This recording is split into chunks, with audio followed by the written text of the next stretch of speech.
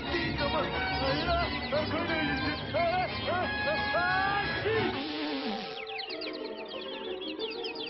你咁好人，你個心地一定係好善良嘅。我講個秘密你知啊，呢個唔係普通蘋果嚟，係一個願望蘋果嚟㗎。願望蘋果？係啊，只要你咬一啖，你想要乜嘢就有乜嘢㗎啦。真㗎？係啊，姑娘仔，而家你許個願先，然後就咬一啖啊！哎呀，快啲做啊！係啊，快啲做啊！佢哋唔會望住邊咁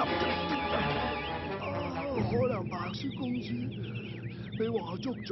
皇后，白雪公主，皇后會殺佢嘅，趕翻去救佢啦！係啊，我哋都要救佢啊！皇后會殺佢噶，咁點算啊？係啦，我哋點算啊？救佢啊！咩啊？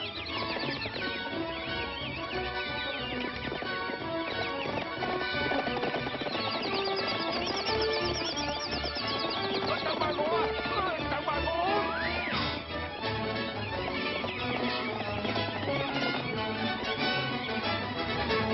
快啲救佢啊！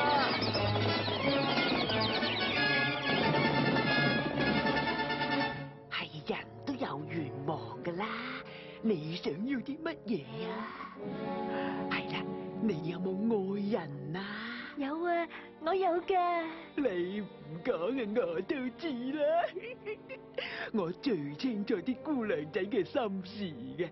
嗱，你拎住個蘋果，然後許願啦。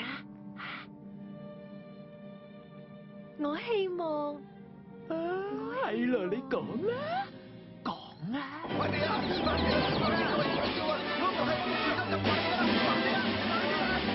你咁快㗎？我快啲好似有咩？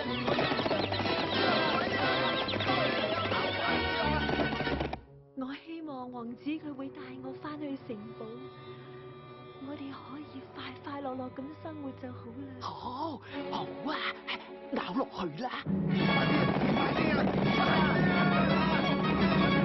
食咗就會美夢成真㗎啦！